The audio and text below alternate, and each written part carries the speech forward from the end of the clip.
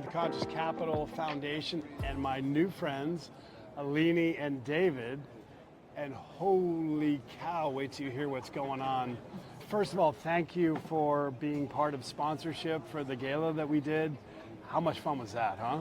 Here, I'm going to pass this mic around and you guys feel inspired to talk about that was so cool. You gave a beautiful presentation. You know, lining up Pink Floyd, Steely Dan, Doobie Brothers. I mean, what a fun show that was. I don't think anybody was sitting in their seats. That was so cool, wasn't it? It was very cool. Yeah, everybody. Packed full. Yeah, packed. So, again, we're here at EarthX 2025, and there are some significant things that are happening here. And as we walk through the world, you know, what is important to us is that when people live their purpose, you know, they're on fire. They have inner peace. When more of us do it, we have world peace. And it's really that simple. And, you know, from an EarthX perspective, one of the positive externalities that happens is you can't help but love and appreciate all that's around you, including all the creatures in this beautiful earth. It keeps us here. So there's really no more need for these silly little terms like ESG, because it's just a big, you know, universal duh. It's like, of course. But we do stupid human tricks sometimes and have to come back to where we belong. The second thing is, you know, when people are on purpose, we've got genius. We've got all the world's solutions that are out there. They just need to be discovered, empowered, and amplified through storytelling. So I'm going to go to you, Aline, and I want to ask you a question about, you know, the who before we get to the what, right? Sure. So, who are you? What fires you up? What's inside of you? Who am I?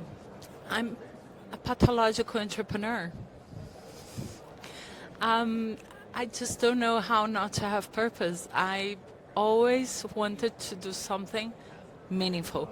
And I come from an entrepreneurial family, and I don't remember not being active ever.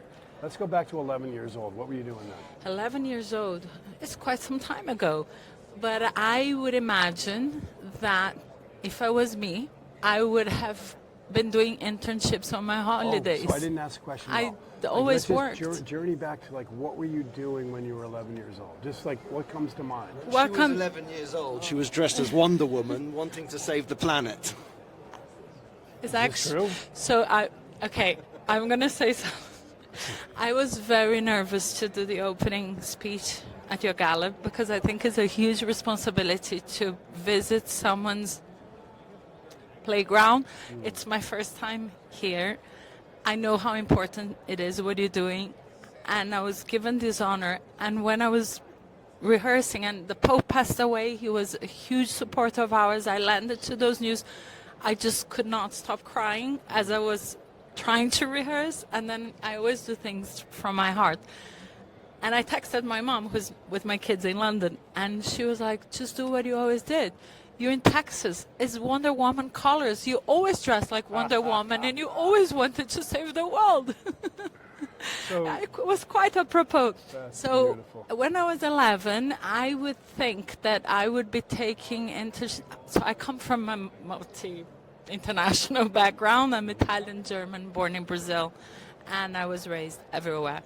And on my holidays, because being in Europe and in Brazil, which I always did, North and South Hemisphere, you have very different holidays. So during my holidays, I would always work in one of the family companies or in any company. If I wasn't smart enough, which at 11 I probably wasn't, during Christmas I would be gift wrapping in one of the department stores and selling. And I was always very honest. My grandmother always asked me not to be selling because I would say what wasn't good. Oh, I love that. So the purity of your heart. I would always say the truth. Showed through no matter how entrepreneur, I would say this is not as good as that one. Wow. So I always worked, and I always wanted to do something, meaning its purpose. Awesome. David, let's go over to you. Talk to me about why we're bouncing around on this ball together. Why are you here? I'm here, I guess, because you know, I'm a recovering banker. Right, I started off on Wall Street. I did all of that kind of raping and pillaging the planet, and now I'm paying my penance. And no, I kind of discovered going through the motions and coming out of the Excel model and going into the real world, that, you know, people want positive emotional experiences. People aren't interested in talking about logistics facilities in tertiary cities and all this kind of stuff. And the more I did that, the less soul I felt, and the less purpose I had. And what did that feel like? What did that feel like to you? And I'm asking you this not to put you back into uncomfortable times as much as, you know, there's a lot of people watching right now, David. You know, it takes courage. It takes time. It takes to shift and to move out of that numbing discomfort and pushing yourself into something new.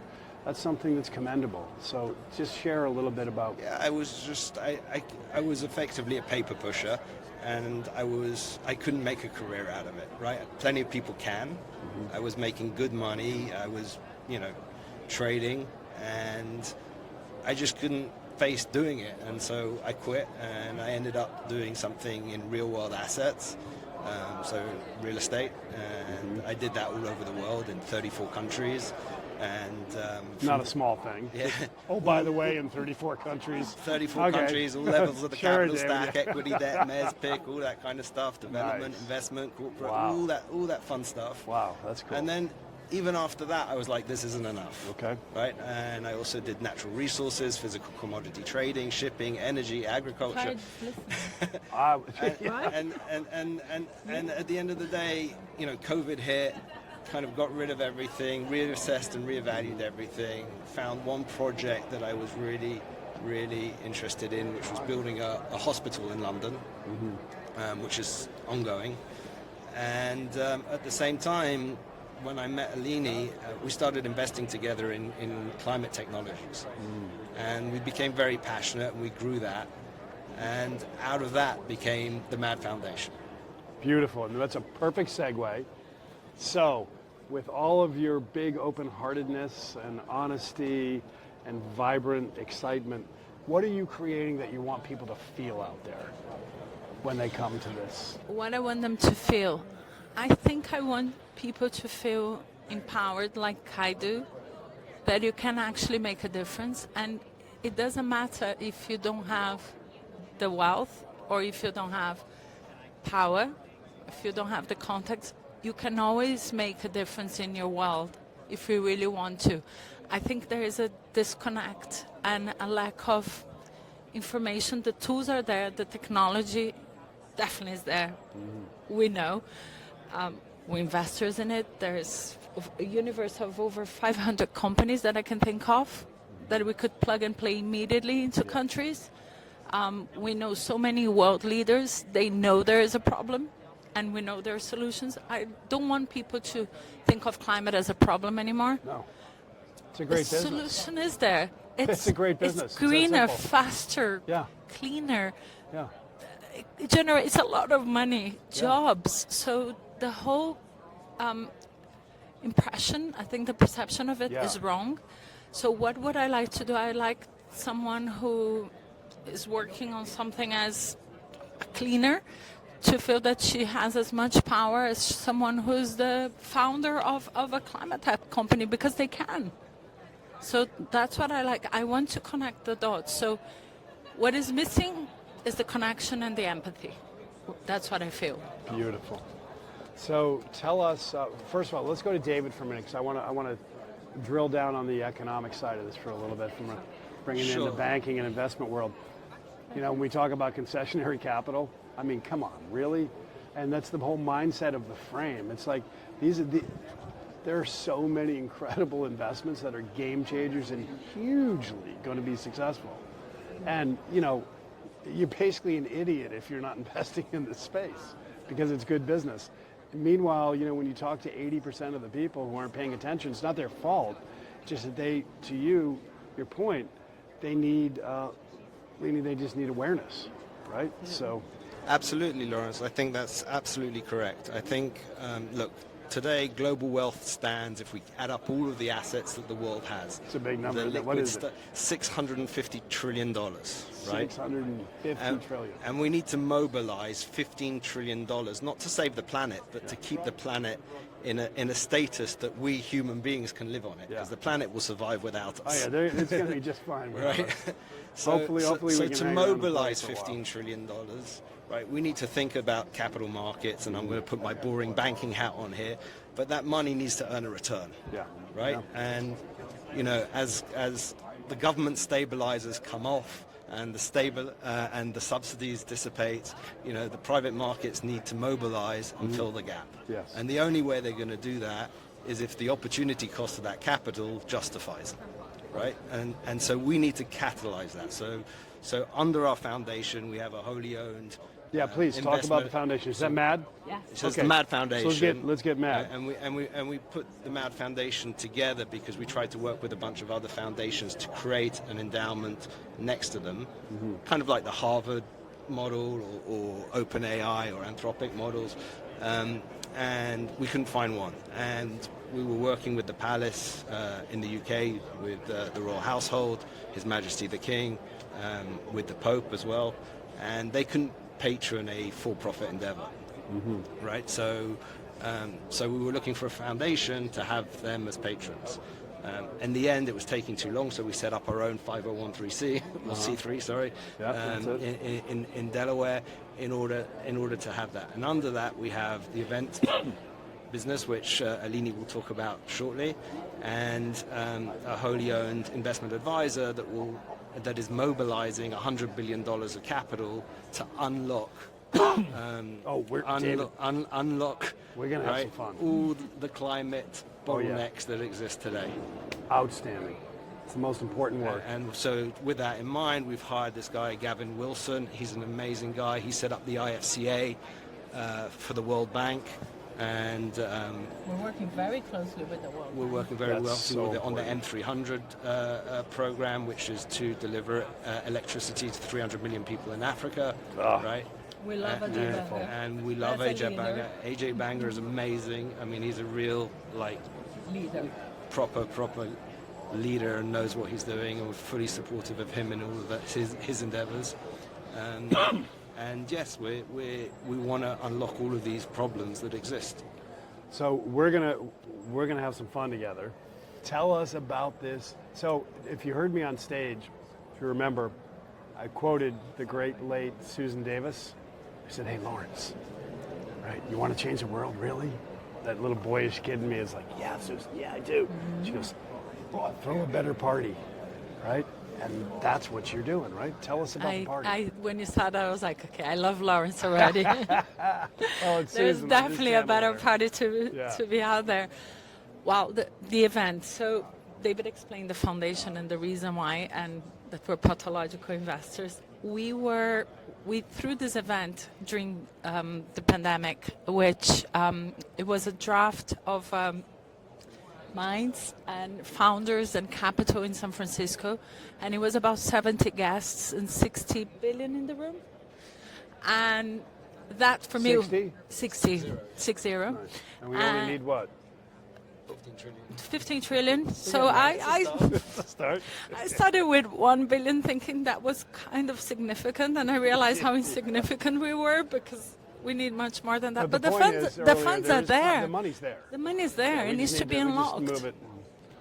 But a long story short, we happen to know a lot of people, and we went from San Francisco, and I was so invigorated because it was the pandemic, and you basically stop, as I said on my speech, where do you go from here?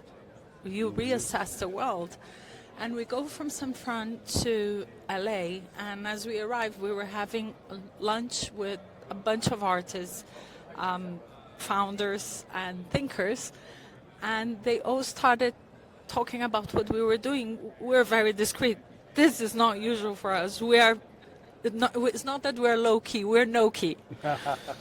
And I was very flattered because great musicians were saying, I want to give X much money for you to invest with me. We want a legacy. We want to make a difference. Wow.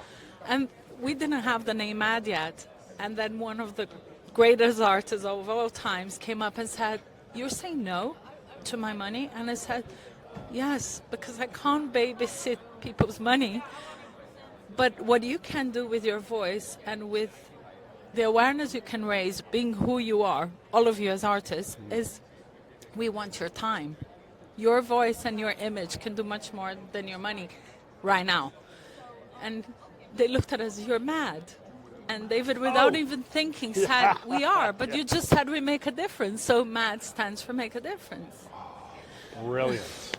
Absolutely brilliant. And that's when it started. We said, would you give your time instead of your money to talk about what can be done to make a difference? And they said, yeah. And we're like, how can we start this apart from the educational platform, which we want, I don't know, Stevie Wonder, because he was one of the artists who was there, to say that, you know, if you wrapped your onion in aluminum foil, it will last 2 weeks longer. Or giving America as an example, the volume of French fries you throw in the bin could feed Africa. So if you just give a little less portion, it's small things. And then obviously there's the whole technology that is available that should be spoken about. We're not political, we're existential. Nice. And that line came from Darren Starr, a very dear friend of ours, who gave me that. Not political, we're existential. We're existential. Lawrence, what a pleasure. What a pleasure. You guys are Thank you. amazing. Thank you very much. Thank you for being mad. Yeah. Thank you for being conscious. Madly conscious. Madly conscious. We love that. Thank you.